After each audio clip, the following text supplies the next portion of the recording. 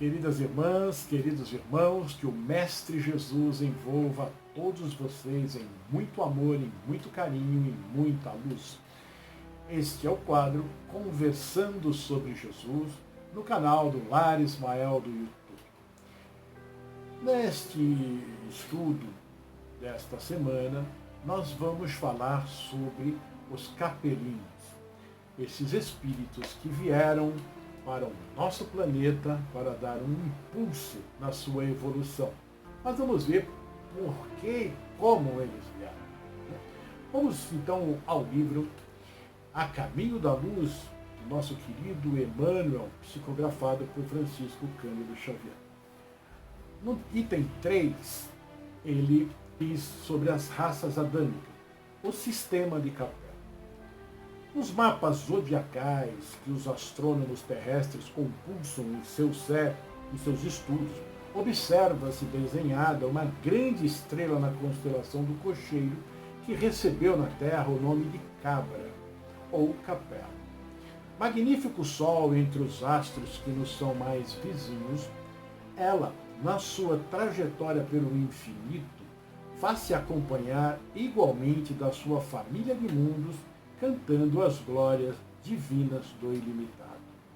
Quase todos os mundos que lhe são dependentes já se purificaram física e moralmente, examinando as condições de atraso moral da Terra, ou fazendo um comparativo com a Terra.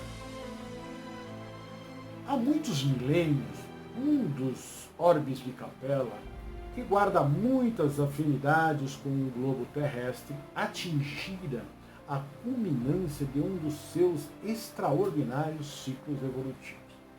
As lutas finais de um longo aperfeiçoamento estavam delineadas, como ora acontece conosco relativamente às transições esperadas no século XX.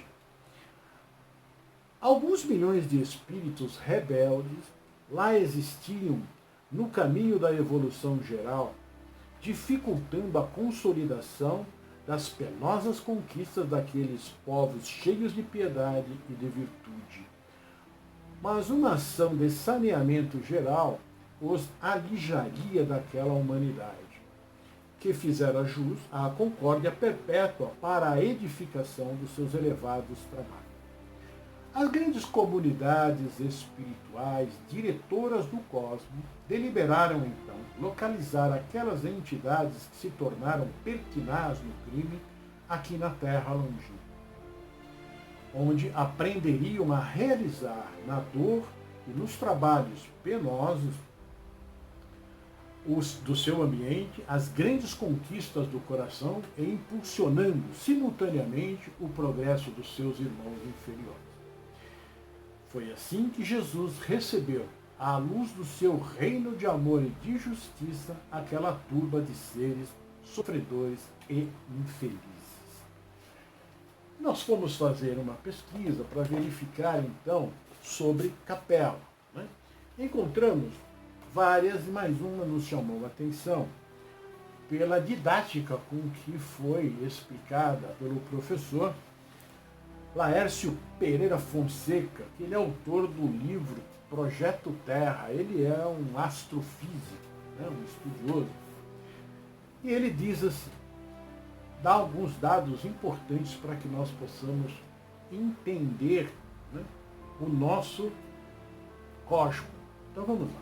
E a grandeza de Deus. Vivemos numa galáxia, aqui na Terra, vivemos numa galáxia chamada Via Láctea. Ela possui cerca de 200 bilhões de sóis. Cada um desses sóis podendo ser um sistema solar contendo planetas. E esses planetas podendo conter mundos civilizados, vidas. Já foi fotografado mais de 100 milhões de aglomerados como o nosso chamado galáxia. As galáxias têm tamanhos diferenciados. Elas vão desde galáxias com 1 bilhão de sóis até galáxias com 3 trilhões de sóis. São as chamadas galáxias gigantes. Então, quando a gente lê algo assim, sobre o tamanho, né, e que hoje os nossos estudiosos, astrônomos, astrofísicos, eles conseguem perceber, nós ficamos extremamente admirados pela grandeza de Deus. E muitas vezes a gente acha que nós somos pequenos, né? E aí então a gente vê esse imensurável universo que nós conhecemos, porque os astrônomos já descobriram multi-universos, né? Nós nos sentimos pequenos, né? Mas veja só, Deus construiu tudo isso, que ora nós conseguimos perceber, não para mostrar a nossa pequenez, mas a nossa importância.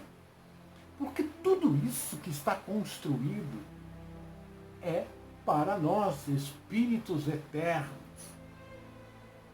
Nós somos senhores do universo, não senhores terráqueos, nós não somos carne, nós somos espíritos. E tudo isso que está aí é para nós. Veja o amor de Deus. Construiu tudo isso para que nós possamos desbravar, gozar desta amplitude, aprendendo cada vez mais, evoluindo a graus que nós só podemos conceber em Jesus. Quando ele esteve conosco, ele nos falou de tudo isso. Ele disse assim, está em João, no capítulo 14, versículo de 1 a 3. Há muitas moradas na casa de meu Pai. Não se turbe o vosso coração. Crede em Deus. Crede também em mim. Há muitas moradas na casa de meu Pai. Se assim não fosse, já eu vô-lo teria dito. Pois me vou para vos preparar o lugar.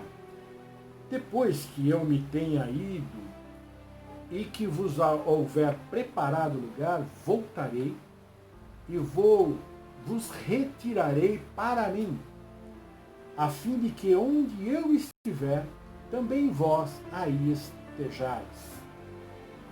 Então está em João, capítulo 14, versículo de 1 a 3, e no Evangelho segundo o Espiritismo, no capítulo 3, há muitas moradas na casa do meu Pai. E numa dessas moradas, né, nós temos lá o sistema de capela. E nós vamos então ver aqui com o professor mais à frente, que ele nos diz assim: se você quer saber aonde é o sistema de capela, então preste atenção. Se você sair à noite e olhar para o céu, vai ver ao norte, abaixo de Órion, onde ficam as Três Marias, logo abaixo tem uma estrela muito brilhante, que é a estrela Alfa da constelação do Cocheiro, ou Auriga. Então, já dá para a gente localizar no céu. Né? E ele diz assim: Capela é a quinta estrela mais brilhante do céu, distante da Terra 42 mil anos-luz. Isso Emmanuel já nos diz aqui. Né? E ele diz que, quando eles observaram a primeira vez, com um telescópio médio, Capela era só um sol. Com o passar do tempo, observando, foram verificando que Capela se revelou um sistema de múltiplo de sóis, contendo 9 sóis. 2 sóis muito brilhantes, 7 que ficam orbitando o sistema de Capela. Então ele diz assim, que a massa dos 2 sóis brilhantes, um é 2,6 vezes maior do que a do nosso Sol. E a outra 2,7 vezes maior do que o nosso Sol. Que o brilho, em termos de brilho, é 78% mais brilhante que o nosso Sol. Se nós colocássemos o nosso Sol em capela, mal vamos vê-lo a olho nu. Então, para vocês verem que um planeta completamente diferente, né? O sistema completamente diferente. Não o planeta, o sistema completamente diferente. E um desses mundos, né, que orbitam Capela, ele estava num período de transição. Os habitantes de lá já tinham atingido um estágio de evolução científica, tecnológica, né, intelectual e moral bastante ampla. E quando chegou nesse ponto, ele iria ascender de escala, iria passar para uma escala maior, melhor. Eles iriam ter um planeta com menos mal ou quase nenhum mal. Então, só que milhões, como diz Emmanuel, esses espíritos, eles estavam arraigados no mal ainda. Eles não queriam esse progresso. Eles queriam apenas o progresso físico e que eles determinassem como seria tudo isso. Eles não seguiam as determinações divinas. E esses espíritos estavam criando um grande empecilho, um embaralho para que o planeta evoluísse. As comunidades celestes, as que dirigem o cosmo, então elas vieram à conclusão de que esses espíritos seriam retirados de Capela, desse planeta de Capela, e como a Terra estava no período ainda embrionário, com os espíritos que aqui já estavam encarnados, ainda na Idade da Pedra, né? Eles colocariam esses espíritos aqui. Esses espíritos iriam passar pelo depuramento, né, necessário à sua evolução moral, já que intelectual, científica, né, e tecnologicamente eles tinham uma capacidade muito grande, mas moralmente eles estavam muito atrasados. Iriam ajudar esses espíritos primitivos que ora habitavam o planeta Terra, né, e também dar um impulso no nosso planeta. Desta forma, eles deliberaram entregar a Jesus todos esses nossos irmãos. E vejam que isso também Jesus nos disse. Ele também nos trouxe esse expurgo, como é que é feito. Então vamos ver como é que foi?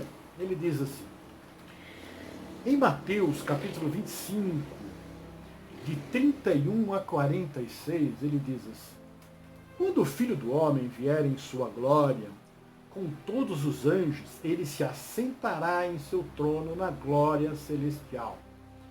Todas as nações reunidas diante dele, ele separará uma das outras, como o pastor separa as ovelhas dos bodes. E colocará as ovelhas à sua direita e os bodes à sua esquerda. Então o rei dirá aos que estiverem à sua direita, venham, benditos de meu Pai, recebam como herança o reino que vos foi preparado para vocês desde a criação do mundo. Pois eu tive fome e me destes de comer. Eu tive sede, vós me destes de beber. Fui estrangeiro e vocês me agasalharam. Necessitei de roupas e vocês me vestiram. Estive enfermo e vocês cuidaram de mim. Estive preso e vocês me visitaram. Então os justos lhe responderão, Senhor, quando te vimos com fome e te demos de comer? Ou com sede e te demos de beber? Quando te vimos como estrangeiro e te acolhemos? Ou necessitado de roupa e te vestimos? Quando te vimos enfermo ou preso e fomos te visitar? O rei responderá, digo em verdade, o que vocês fizeram a algum dos meus irmãos mais pequenos, a mim o fizeram. Então, ele dirá, aí esses são os bons, os que vão ficar em capela. Aqueles que fizeram a vontade de Deus através da fraternidade, do amor. Agora, aqueles que buscaram disseminar o ódio, a raiva, o rancor, a vingança, espalharam a dúvida no coração das pessoas, foram falsos profetas, ele dirá assim. Então ele dirá aos que estiverem à sua esquerda: malditos, apartem-se de mim para o fogo eterno, preparado para o diabo e os seus anjos. Pois eu tive fome e vocês não me deram de comer.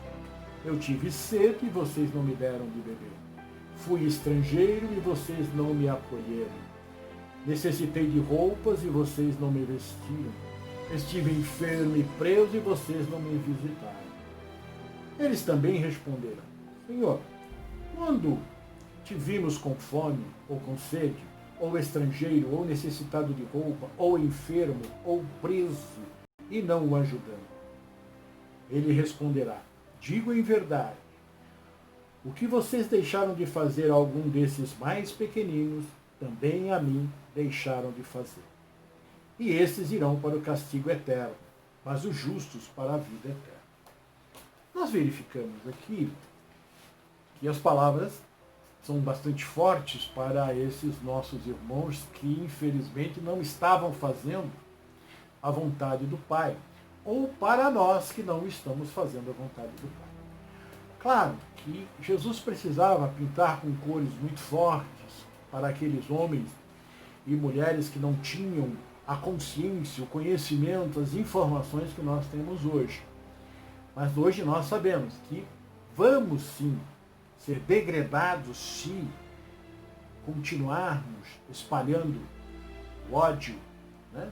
Se continuarmos disseminando as inverdades, sendo falso profeta. Né? Então vejam que naquele momento Capela passava por essa transição. Importante nós percebermos.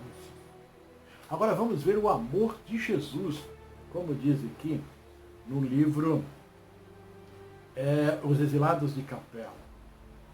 Então ele coloca aqui umas coisas muito interessantes. Dá-nos, pois, assim, Emmanuel, com essas revelações de tão singular natureza e premissas preciosas de conhecimentos espirituais transcendentes relativos à vida planetária, conhecimentos esses que já, de alguma forma, focalizadas pelo codificador, que abrem perspectivas novas e muito dilatadas à compreensão de acontecimentos históricos, que de outra forma, como aliás, como muitos outros têm sucedido, permaneceriam na obscuridade ou, na melhor das hipóteses, não passariam de lendas.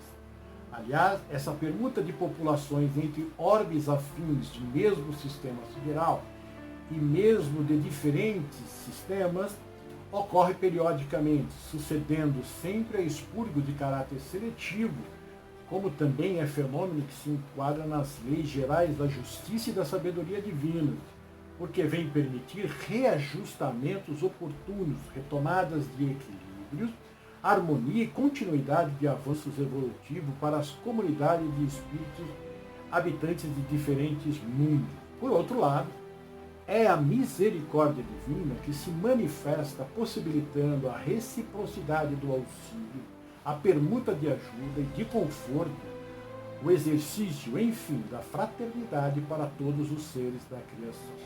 Os escolhidos, nesse caso, foram os habitantes de Capela que, como já foi dito, deviam dali ser expurgados por terem se tornado incompatíveis com os altos padrões de vida moral já atingidos pela evoluída humanidade daquele homem. Ele está nos dizendo aqui uma coisa muito interessante. Né? Deus não deixa ninguém, né, não envia ninguém para o suplício eterno. Então, ele está nos mostrando aqui que esse expurgo, essa transmigração de alma de um planeta para o outro, de um sistema para o outro, é para reajuste dos nossos atos, das nossas vivências, para que nós possamos ir colocando os nossos potenciais divinos em ação. É através do sofrimento que nós vamos aprendendo, porque não sabemos aprender, muitos de nós, né, não sabemos aprender pelo amor. Então a dor nos ensina, a dor nos empurra, a dor nos faz progredir. Né? Então essas transmigrações, elas são constantes. Mas então por isso que nós devemos seguir o Cristo, seguir as leis divinas que ele veio nos dizer, que aí nós teremos menos sofrimento em nossa vida. E ele vai então dizer aqui: resolvida, pois a transferência, os milhares de espíritos atingidos pela incorrigível decisão, notificados no seu novo destino e da necessidade da sua reencarnação em planeta inferior, reunidos no plano etéreo daquele orbe, postos na presença do Divino Mestre para receber os estímulos da esperança e a palavra da promessa que lhes serviriam de consolo e de amparo nas trevas dos sofrimentos físicos e morais que lhe estavam reservados por séculos. Grandioso e comovedor foi, então, o espetáculo daquelas turbas de condenados que colhiam os frutos dolorosos dos seus desvarios segundo a lei imutável da eterna justiça. Eis como Emmanuel, no seu estilo severo e eloquente, descreve a cena. Foi assim que Jesus recebeu, à luz do seu reino de amor e de justiça, aquela turba de seres sofredores e infelizes. Com a sua palavra sábia, compassiva, exortou aquelas almas desventuradas à edificação da consciência pelo cumprimento dos deveres de solidariedade e de amor no esforço regenerador de si mesmo. Mostrou-lhe os campos de lutas que se desdobravam na terra, envolvendo-as no halo bendito de sua misericórdia e de sua caridade sem limites. Abençoou-lhe as lágrimas santificadoras, fazendo-lhe sentir os sagrados triunfos do futuro e prometendo-lhes a sua colaboração cotidiana e sua vinda no porvir. Aqueles seres desolados e aflitos que deixavam atrás de si todo um mundo de afetos, não obstante os seus corações empedernidos na prática do mal, seriam degradados na face obscura do planeta terrestre, aonde andariam desprezados na noite dos milênios da saudade e da amargura. Reencarnar-se-iam no seio das raças ignorantes e primitivas, a lembrarem o paraíso perdido nos firmamentos distantes. Por muitos séculos não veriam a suave luz da capela, mas trabalhariam na terra acariciados por Jesus e confortados na sua imensa misericórdia. E assim, a decisão irrevogável se cumpriu.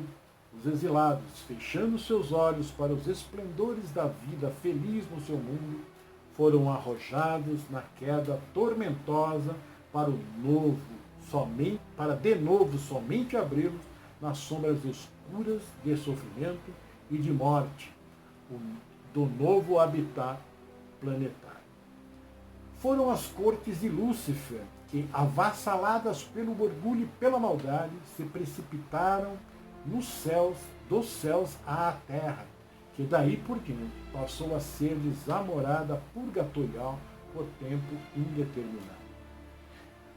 E após a queda, conduzidos por entidades amorosas, auxiliares do divino pastor, foram os degredados reunidos no etéreo terrestre e agasalhados em uma colônia espiritual, acima da crosta, onde durante algum tempo permaneceriam em trabalhos de preparação e adaptação para a vida futura, a iniciar-se no novo ambiente planetário.